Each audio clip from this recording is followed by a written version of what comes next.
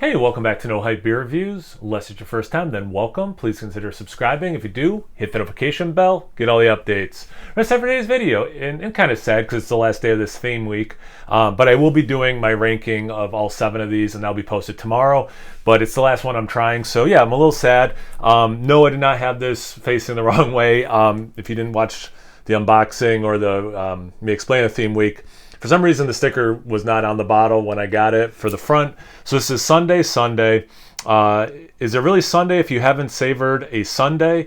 Or better yet, a sip of a Sundae? That's a lot of Sundays in a sentence. With rich vanilla beans and aromatic boysenberries, this blend of bourbon barrel... Oh, it is, okay, so this has bourbon barrels and red wine barrels. Oh, that's cool.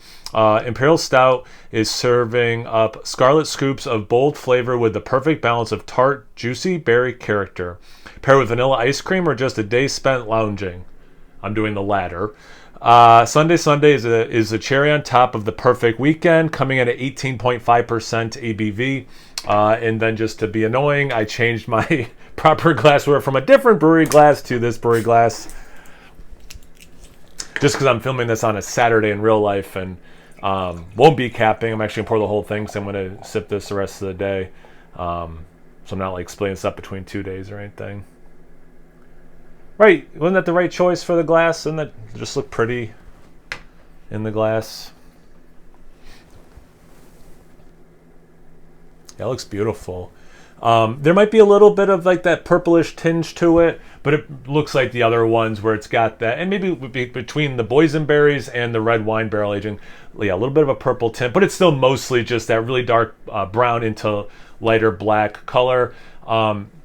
Not completely related, but I still do have this one. It has nothing to do with the 7 Days series, other than this one's called Scoop, Scoop, Scoop, and is kind of like an ice cream-ish beer. This one's bourbon barrel aged imperial stout with strawberries, cacao nibs, and Madagascar vanilla bean, 17.8% ABV. That one I'm really excited to try. I'm excited to try this one. Don't get me wrong. But so anyway, there's plenty of Bruery beers I still have. Don't worry, and many are off camera actually. But anyway, let's get into the aroma. I do get some of that boysenberry. I wouldn't say because there's some sweetness to it. There's like a piece of hair floating. There maybe is a hair, like just a little bit of tartness. I want to say hair. There's a little bit of tartness, but it's a relatively sweet smelling beer. So you get like this tart jamminess though. So there's sweetness to it, and I do get an uptick of vanilla, which is always nice. And I can't tell if it's the red wine or more the boysenberry, or what combo of the two. Yeah, I can't tell, but that is really giving off this like jammy. For me, it almost lands more raspberry. Man, I really like the level of vanilla in this.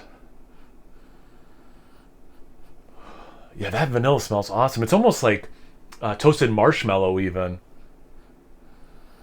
Some chocolate fighting through, some caramel.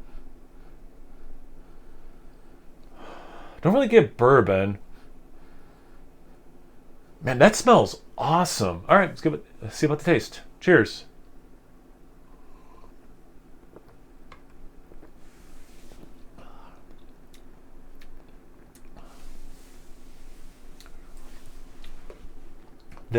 Wow, that has a lot going on.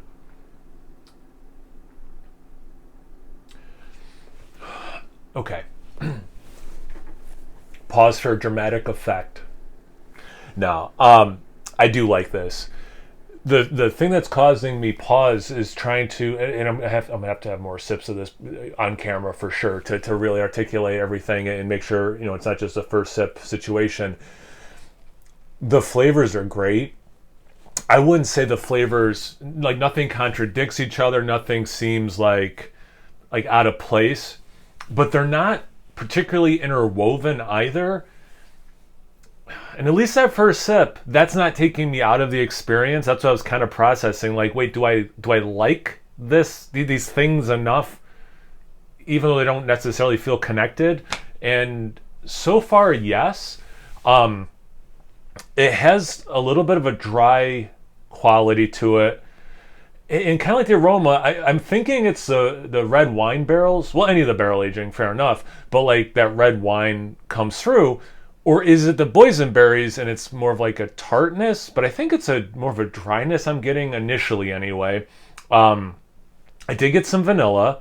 Some of the base beers coming through. I didn't get the caramel I got in the aroma, but I got a little bit of the chocolate. Like the aroma, I didn't really get bourbon in that first sip. You can tell it's a boozier beer. Yeah, I definitely got to go in for another one to really come up with what else to say, because, you know, it's not like a sour beer or something. Like sometimes I have to take a sip to kind of just get used to this. Okay, this is what this is. Take another sip. Then it's easier to kind of process. I think this is similar, so let's see if I'm right.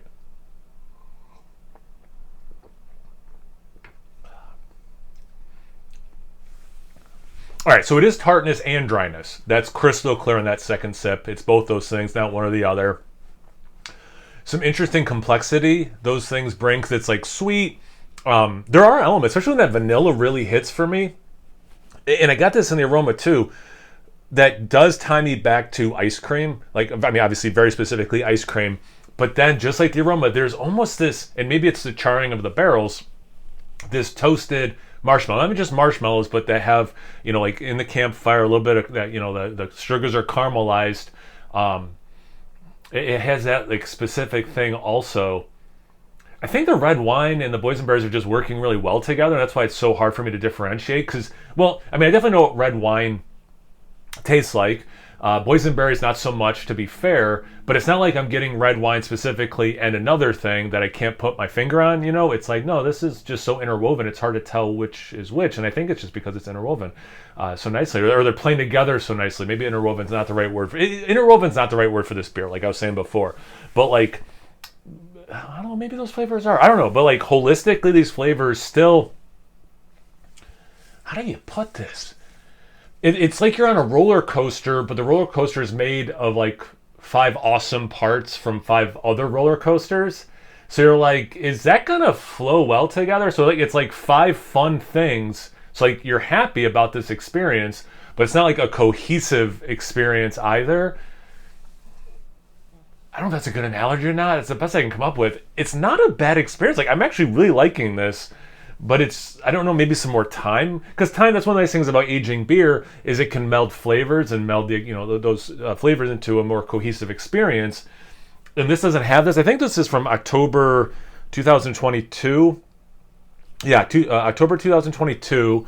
And I'm filming this in January 2024. So a year and a few months. You mean in the bottle. Who knows what, I mean, I don't know what this was like super fresh. If it was less cohesive or whatever, or people who had it fresher or like, no, that's what it tasted like back then too. I don't know.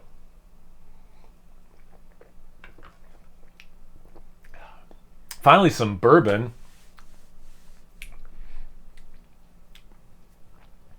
Yeah, this is fun. This is a tasty beer, but this is a fun beer. A slight dark chocolate note that plays nicely with the tart boysenberry red wine thing. I mean, there's a reason people will pair chocolate with red wine. You know, sometimes chocolates will be stuffed with, you know, berry compotes or whatever. So like those are really nice flavors, and so there are aspects of this beer that complement each other, but again, not like interwoven. Just, oh yeah, those two things do go well together. I don't know. I hope I'm explaining this correctly or well enough that people understand what I'm getting at. It's a trip of a beer, but I do like it. I feel like I'm repeating myself a lot, so I'm going to wrap this up. But if anything really changes off camera, I'll just put in the description box below any other tasting notes or whatever if it develops differently as it warms and I keep sipping it. But yeah, have you guys had this one before? I'm actually going to think about my ratings and rankings and then do it in real time in about, I don't know, 2-3 minutes from now. But definitely check that video out tomorrow. Have you guys had these beers before? Have you had this one specifically? Actually, the comments for this one should probably be, have you had this beer specifically? A different ice cream inspired stout? Anything, everything, comment section below. Let's get a conversation going. Once you're done doing that, make sure you check me out on Instagram and Untapped. It's No Hype Beer Reviews at both those places. So please like, comment, subscribe, and most importantly, imbibe. Cheers, everyone.